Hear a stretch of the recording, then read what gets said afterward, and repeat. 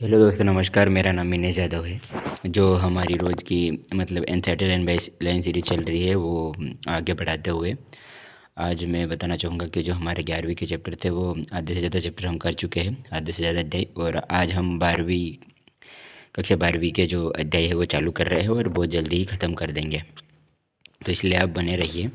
तो आज का टॉपिक है हमारा जो पुष्पी पादपों में लैंगिक जनन है, उसके बारे में पढ़ेंगे। क्या मतलब कि पुष्पी पादप मतलब जिन पादपों में पुष्प लगते हैं उनमें जनन कैसे होता है, तो वो वाली यूनिट पढ़ेंगे। तो उसमें देखो, ये जनन वाली है, मतलब रिप्रोडक्शन यानी जनन कैसे होता है वाली यूनिट में है। तो उसमें कितने हैं, 3 अध्याय। कौन से? पुष्पी पादपों में लैंगिक प्रजनन, जो कि हम आज पढ़ने वाले हैं। फिर बाद में पढ़ेंगे मानव जनन और जनन स्वास्थ्य के बारे में। ठीक है, अब हम इस इकाई के बारे में कुछ दिया हुआ है वो देख लेते हैं। क्या दिया हुआ है, तो वो दिया हुआ है, जीव विज्ञान पृथ्वी पर जीवन की गाथा कहानी का सार निचोड़ है। यद्यपि व्यष्टि जीव का निश्चित रूप से अंत होता है, वही प्रजातियां लाखों वर्ष तक अस्तित्व में रहती है, जब तक कि उन्हें प्राकृतिक या मानवोद्भवी विलुप्ति के खतरे की आशंका नहीं होती। जनन एक प्रकार से जीव संबंधी प्रक्रिया का रूप ले लेता है, जिसके बिना प्रजातियां लंबे समय तक जीवित नहीं रह सकती। प्रत्येक व्यष्टि लैंगिक अथवा अलैंगिक साधनों द्वारा प्रयोग करते हुए अपने पीछे अपनी संतति छोड़ जाती है। लैंगिक जनन की क्रियाविधि नए रूप भेद को विकसित करने में सहायक होती है। फिर आगे दिया हुआ है, अतः उत्तरजीविता लाभ की संभावनाएं बढ़ जाती है। यह इकाई पुष्पी पादपों एवं तथा मानवों में होने वाली जनन प्रक्रियाओं को उनसे संबंध उदाहरणों सहित व्यापक रूप से समझाती है। मानव जनन स्वास्थ्य तथा जनन के जीव विज्ञान को समझने तथा जनन संबंधी बीमारियों से किस प्रकार बचा जा सकता है पर सापेक्ष महत्व प्रस्तुत किया गया है।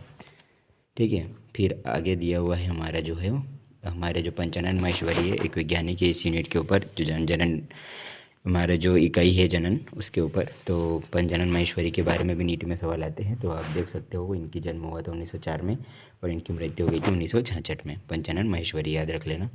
अब देखिए आगे, पंचानन महेश्वरी का जन्म जयपुर राजस्थान में नवंबर 1904 में हुआ। वे केवल भारतवर्ष के ही नहीं बल्कि समस्त विश्व के अत्यंत ही प्रतिष्ठित ख्याति प्राप्त वनस्पतिविद रहे। उच्च शिक्षा प्राप्त करने के उद्देश्य से वह इलाहाबाद गए, जहाँ से उन्होंने डॉक्टर ऑफ साइंस की उपाधि प्राप्त की। कॉलेज के दिनों से ही वह एक अमेरिकन मशीनरी अध्यापक डॉक्टर W.D. जोन्स से प्रेरणा लेकर वनस्पति विज्ञान विशेषकर आकारिकी के अध्ययन में रुचि लेनी शुरू की। इनके शिक्षक ने एक बार अपने विचारों को इस प्रकार व्यक्त किया कि यदि उनका कोई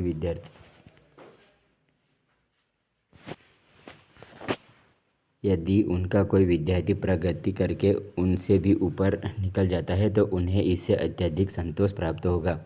अध्यापक के इन शब्दों ने पंचानन को प्रोत्साहित किया और वह उनसे पूछ बैठे कि बदले में उनके लिए वह क्या कर सकते हैं। फिर हम आगे देखेंगे। उन्होंने भ्रूण विज्ञानीय पहलुओं पर कार्य किया तथा वर्गीकी में भ्रूण विज्ञानीय लक्षणों के उपयोग को लोकप्रिय किया। उन्होंने दिल्ली विश्वविद्यालय में वनस्पति विज्ञान विभाग की स्थापना की थी। यह विभाग आज ऊतक संवर्धन तथा भ्रूण विज्ञान में अनुसंधान का एक महत्वपूर्ण केंद्र है। उन्होंने अपरिपक्व भ्रूण के कृत्रिम संवर्धन पर कार्य आरंभ करने की आवश्यकता पर भी बल दिया। इन दिनों ऊतक संवर्धन ने विज्ञान के क्षेत्र में ऐतिहासिक घटना का रूप ले लिया है। टेस्ट ट्यूब परख, नली निषेचन तथा अंतः अंडाशयी परागण पर इनके इस कार्य के कारण विश्व भर में इनकी जय जयकार हुई।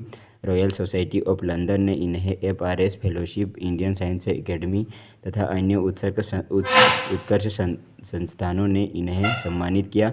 इन्होंने सामान्य शिक्षा को प्रोत्साहित किया तथा स्कूली शिक्षा के क्षेत्र में महत्वपूर्ण योगदान सहयोग प्रदान किया। NCERT ने वर्ष 1964 में हायर सेकेंडरी स्कूल के लिए जीव विज्ञान की पहली पुस्तक इन्हीं के नेतृत्व में प्रकाशित की। यह बहुत ज़्यादा इम्पोर्टेंट, इनको क्या क्या मिला था, इन्होंने कहाँ से कॉलेज की, फिर बाद में ये सबसे पहले किससे मिले और उन्होंने शिक्षक से सवाल किया था वो भी, और 1964 में जो हायर सेकेंडरी में NCERT पुस्तक वो भी बहुत ज़्यादा इंपॉर्टेंट है, तो वो याद रख लेना। फिर इसी के साथ हमारा होता है अध्याय शुरू, वो है पुष्पी पादपों में लैंगिक जनन। तो उसमें कुछ टॉपिक दिए, वो क्या क्या दिया हुआ है पुष्प, तो वो उसमें टॉपिक क्या क्या है देख लेते अपन। तो वो है पुष्प आवृत बीजियों एक आकर्षक अंग, निषेचन पूर्व संरचना एवं घटनाएं, दोहरा निषेचन, द्विनिषेचन, निषेचन पश्च संरचना एवं घटनाएं, असंगजनन एवं बहुभ्रूणता। फिर हम आगे देखते हैं आगे क्या दिया हुआ है। क्या हम भाग्यशाली नहीं है कि पादप लैंगिक प्रजनक है? असंख्य प्रकार के पुष्प जिन्हें हम आनंद से टकटकी लगाकर देखते हैं, सूंघते हैं तथा जिनकी महक से हम मदहोश हो जाते हैं और उनके भरपूर रंग आदि, यह सभी बातें उसके लैंगिक प्रजनन में सहायक होती है। पुष्प का अस्तित्व मात्र हमारे उपयोग के लिए नहीं है। सभी पुष्प पादप लैंगिक प्रजनन प्रदर्शित करते हैं। पुष्प क्रमों, पुष्पों तथा पुष्पीय अंगों की संरचना की विविधता पर एक दृष्टि डालें तो वे अनुकूलन की एक व्यापक परिधि को दर्शाते हैं ताकि लैंगिक जनन का अंतिम उत्पाद फल और बीज की रचना सुनिश्चित हो सके। आइए इस अध्याय में आकारिकी संरचना तथा पुष्प पादपों अवृत बीजियों में लैंगिक जनन के प्रक्रम को समझें। ठीक है, अब हम इसके आगे देखते हैं क्या है। पुष्पी अवृत बीजियों का एक आकर्षक अंग है, वो ये टॉपिक दिया है पुष्प अवृत बीजियों का एक आकर्षक अंग। तो हम आगे पढ़ने वाले हैं। तो क्या बोले, प्राचीन काल से ही पुष्पों के साथ मानव का एक निकटस्थ संबंध रहा है। मानव के लिए पुष्प सौंदर्य विषयक, आभूषणात्मक, सामाजिक, धार्मिक तथा सांस्कृतिक महत्व की वस्तु रहा है। ये मानव द्वारा प्रेम, अनुराग, प्रसन्नता, विषाद एवं शोक आदि की अभिव्यक्ति को प्रदर्शित करने के प्रतीक रहे हैं। कम से कम ऐसे 5 पुष्प की सूची बनाएं जिनका आभूषणात्मक श्रृंगारिक महत्व हो तथा जिन्हें घर एवं बगीचे में उगाया जाता हो। आप 5 उन पुष्पों का भी पता करें जिन्हें आपके परिवार द्वारा सामाजिक एवं सांस्कृतिक उत्सवों के दौरान उपयोग किया जाता रहो। क्या आपने कभी पुष्प की खेती, फ्लोरिकल्चर या पुष्प कृषि के बारे में सुना है? इसका क्या तात्पर्य है?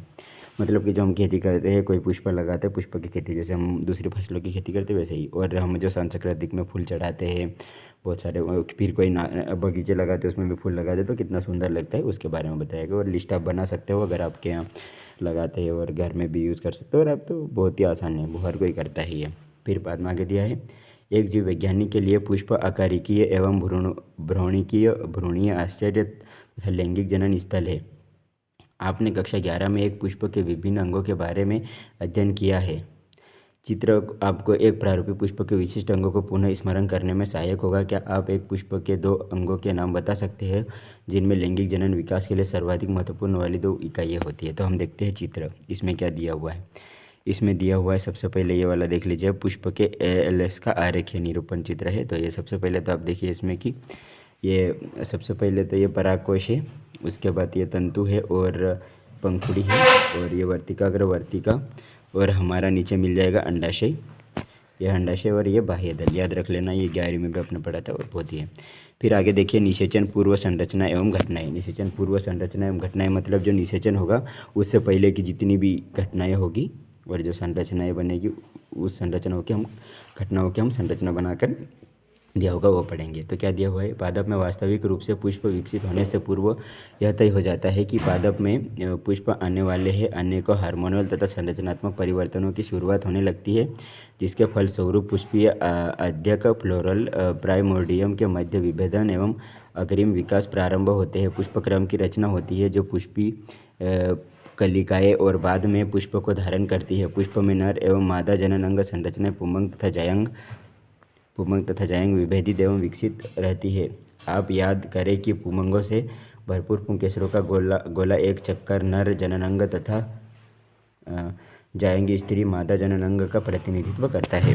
फिर हम आगे देखेंगे, आगे दिया हुआ है पुंकेसर लघु बीजाणुधानी तथा परागकण। जो पुंकेसर है वो लघु बीजाणुधानी है और वही परागकण है, वो याद रखना बहुत ही ज़्यादा इंपॉर्टेंट है। तो क्या हुआ है, चित्र में दिया हुआ है। सबसे पहली बात चित्र में दिया हुआ है, हम चित्र देख लेते हैं। पहले चित्र में क्या है, ये तंतु डंठल है। फिर बाद में ऊपर हम देख सकते हैं इसमें ये परागकोश है और ये परागकण है। परागकोश है, ये लाइन ऑफ डेहिसेंस है।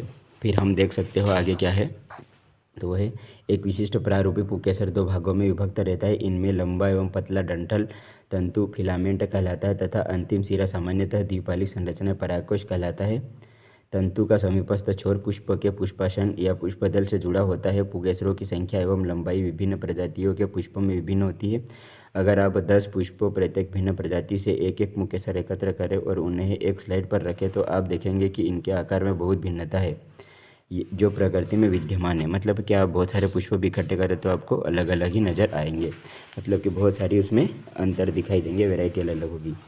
एक विच्छेदन सूक्ष्मदर्शी से प्रत्येक पुकेसर का सावधानीपूर्वक अवलोकन तथा स्पष्ट चित्र के माध्यम से विभिन्न पुष्पों में परागकशों के जुड़ाव एवं आकार की व्यापकता को समझा जा सकता है। एक प्रारूपिक अवरद्बीजी परागकोशी द्विपालित होते हैं तथा प्रत्येक पाली में 2 कोष्ठ होते हैं, अर्थात ये द्विकोष्ठी होते हैं। प्रायः एक अनुलंब खाच प्रवारक कोष्ठ को अलग करते हुए लंबवत गुजरता है। आइए परागकोश के एक अनुप्रस्थ काट के विभिन्न प्रकार के ऊतकों तथा उनके अनेक संयोजन को समझें। आगे देखते हैं ये क्या दिया हुआ है। एक परागकोश की द्विपालित प्रकृति परागकोश के अनुप्रस्थ काट में बहुत ही पृथक या सुव्यक्त होती है। परागकोश एक 4 दिशीय चतुष्कोणीय संरचना होती है जिनमें 4 कोणों पर लघु बीजाणुधानी समाहित होती है जो प्रत्येक पाली में 2 होती है। यह लघु बीजाणुधानी आगे विकसित होकर परागपुटी पोलन सेक्स बन जाती है। यह अनुलंबवत एक परागकोश की लंबाई तक विस्तारित होते हैं और परागकणों से ठसाठस भरे होते हैं। ठीक है, परागकणों से ठसाठस भरे होते हैं। तो हम आगे चित्र देख सकते हैं, ये वाला, इसके बारे में बात कर रहे थे, परागकण के बारे में। ठीक है, अब आगे देखिए, आगे क्या दिया हुआ है, लघु बीजाणुधानी की संरचनाएं। क्या दिया हुआ है, लघु बीजाणुधानी की संरचनाएं। एक अनुप्रस्थ काट में एक प्रारूपी लघु बीजाणुधानी बाह्य रूपरेखा में लगभग गोलाई में प्रकट होती है। यह सामान्यतः 4 भित्ति परतों से आवृत होती है। एपिडर्मिस, बाह्य त्वचा, एंडोथेसियम, अंतस्थिसियम, मध्य परत तथा टेपिटम बाहर की ओर की 3 परतों संरक्षण का कार्य करती है तथा परागकोश के अंदर स्फुटन में मदद कर परागकण उन्मुक्त करती है। इसकी सबसे आंतरिक परत टेपिटम होती है। यह विकासशील भ्रूण परागकणों को पोषण देती है। टेपिटम की कोशिकाएं सघन जीवद्रव्य साइटोप्लाज्म से भरी होती है और सामान्यतः एक से अधिक केंद्रों से युक्त होती है। क्या आप यह सोच सकते हैं कि किस प्रकार से एक टेपिटल कोशिका द्विकेंद्रकीय बन सकती है? अब हम देखते हैं इसमें कि जो आगे पीछे वो क्या है। सबसे अंदर वाले टेपिटम, फिर संयोजी अंतस्थिसियम, ये वाले अंतस्थिसियम मध्य परत और ये टेपिटम है। ये वाली आगे पीछे भी याद रख लेना। और टेपिटम जो बाकी 3 तो होती है वो तो सहायता करती है, लेकिन जो टेपिटम होती है वो क्या होती है, पोषण देती है। किसको? तो परागकोश को, याद रख लेना। फिर आगे देखिए क्या दिया हुआ है। जब एक परागकोश अपरिपक्व होता है तब घने सुसंबद्ध सजातीय कोशिकाओं का समूह, जिसे बीजाणुजन ऊतक कहते हैं, लघु बीजाणुधानी के केंद्र में स्थित होता है। ठीक है, अब ये लघु बीजाणुजनन कैसे होता है वो पढ़ेंगे। तो क्या है लघु बीजाणुजनन? जैसे जैसे परागकोश विकसित होता है, बीजाणुजन ऊतकों की कोशिकाएं अर्धस्त्री विभाजन द्वारा सूक्ष्म बीजाणु चतुष्टय बनाती है। चतुष्टय की कोशिकाओं को की सूत्र गुणता क्या होगी? जैसा कि बीजाणुजन ऊतक को प्रत्येक कोशिका एक लघु बीजाणु चतुष्टय की वृद्धि करने में सक्षम होती है। प्रत्येक कोशिका एक सक्षम परागमात्र कोशिका होती है। एक परागमात्र कोशिका से अर्धस्त्री विभाजन द्वारा लघु बीजाणु के निर्माण की प्रक्रिया को लघु बीजाणुधानी कहते हैं। जैसा कि लघु बीजाणु रचना के समय 4 कोशिकाओं के समूह में व्यवस्थित होते हैं, उन्हें लघु बीजाणुधानी चतुष्क कहते हैं। जैसे ही परागकोश परिपक्व एवं विस्फुरित होता है तथा लघु बीजाणु एक दूसरे से विलगित हो जाते हैं और परागकणों के रूप में विकसित हो जाते हैं। प्रत्येक लघु बीजाणुधानी के अंदर कई हजार लघु बीजाणु और परागकण निर्मित होते हैं। परागकण को परागकोश के स्फुटन के साथ मुक्त होते हैं। जैसे कि आप देख सकते हो इसमें जो चित्र है, ये वाला जो हम देखे थे, इसमें परागकण आ रहे हैं, ये वाले बहुत सारे जो परागकण है ये। ठीक है, और आगे देखते हैं। फिर आगे दिया हुआ है परागकण। परागकण क्या है? तो ये नर युग्म को द्वित्व प्रतिनिधित्व करता है। किसका प्रतिनिधित्व करता है? तो नर युग्मकोद्भिद का। यदि आप हिबिस्कस, गुड़हल या किसी अन्य पुष्प के खुले परागकोश को छूते हैं तो आप अपनी उंगलियों में पीले रंग के पाउडर जैसे परागकणों को पाते हैं। एक कांच की स्लाइड पर एक बूंद पानी डालकर उस पर यह परागकण छिड़के और एक सूक्ष्मदर्शी में देखें। आप निश्चित रूप से आश्चर्यचकित हो जाएंगे कि विभिन्न प्रकार की प्रजातियों के परागकण विन्यास, आकार, रूप, रंग एवं बनावट में भिन्न दिखते हैं। फिर हम आगे देखते हैं। परागकण सामान्यतः गोलाकार गोलाई होते हैं जिनका व्यास लगभग 25 से 50 माइक्रोमीटर होता है। इनमें सुस्पष्ट रूप से 2 परतों वाली भित्ति होती है। कठोर बाहरी भित्ति को बाह्योचल कहते हैं, जो कि स्पोरोपोलेनिन से बनी होती है, जो सर्वाधिक ज्ञात प्रतिरोधक कार्बनिक सामग्री है। यह उच्च ताप तथा सुदृढ़ अम्लों एवं क्षारों के सम्मुख टिक सकती है। अभी तक ऐसा कोई एंजाइम पता नहीं चला है कि स्पोरोपोलेनिन को निम्नीकृत कर सके, यानी स्पोरोपोलेनिन को विघटित कर सके। परागकण के बाह्यचल में सुस्पष्ट द्वारक या रंध्र होते हैं जिन्हें जनन छिद्र कहते हैं, जहाँ पर स्पोरोपोलिन अनुपस्थित होता है। परागकण जीवाश्मों की भांति बहुत अच्छे से सुरक्षित होते हैं क्योंकि इनमें स्पोरोपोलिन की उपस्थिति होती है। बाह्यचल में प्रतिमानों एवं डिजाइनों की एक आकर्षक सारणी स्तंभों की पंक्तियाँ प्रदर्शित की गई है। आपका क्या विचार है? बाह्यचल सख्त कठोर होना चाहिए? जनन छिद्र के क्या कार्य है? तो हम ये देख सकते हैं कि स्पोरोपोलिन जो होता है उसके बारे में ये चित्र दिया हुआ है ऊपर, ये रहा। तो कुछ परागणों का सूक्ष्मदर्शी इलेक्ट्रॉनिक है। उसके बाद हम आगे पढ़ने वाले हैं परागण की आंतरिक भित्ति को अंतःचल कहा जाता है। यह एक पतली तथा सतत परत होती है जो सेल्यूलोज एवं पेक्टिन की बनी होती है। परागकण का जीवद्रव्य साइटोप्लाज्म एक प्लाज्मा भित्ति में आवृत होता है। जब परागकण परिपक्व होता है तब उनमें दो कोशिकाएं, कायिक कोशिका तथा जनन कोशिका समाहित होती है। कायिक कोशिका बड़ी होती है जिनमें प्रचुर खाद्य भंडार तथा एक विशाल अनियमित आकृति का केंद्रक होता है। जनन कोशिका छोटी होती है तथा कायिक कोशिका के जीव द्रव्य में तैरती रहती है। यह तरकु आकृति घने जीवद्रव्य और एक केंद्रक वाला है। 60% से अधिक आवृत बीजीय पादपों में परागकण इस दो कोशीय चरण में झड़ते या संगलित होते हैं। शेष प्रजातियों में जनन कोशिका समसूत्री विभाजन द्वारा विभक्त होकर परागकण के झड़ने से पहले 3 चरणीय 2 नर युग्मकों को बनाते हैं। अनेक प्रजातियों के परागकण कुछ लोगों में गंभीर एलर्जी एवं शोषणी वेदना पैदा करते हैं जो कभी कभी चिरकालिक श्वसन विकार, दमा और शोषणी शोथ आदि के रूप में विकसित हो जाती है। यह बताया जा सकता है कि भारत में आयातित गेहूं के साथ आने वाली गाजर घास या पार्थेनियम की उपस्थिति सर्वव्यापक हो गई है जो परागकण एलर्जी कारक है। ठीक है, याद रख लेना। हम ये देख रहे थे कि ये जो है कायिक कोशिका और प्रजनन कोशिका किसमें, तो आप देख सकते हैं ये वाला चित्र अच्छे से, ये वाला जो है, ठीक है, आप पढ़ सकते हो और आप पढ़े भी होंगे।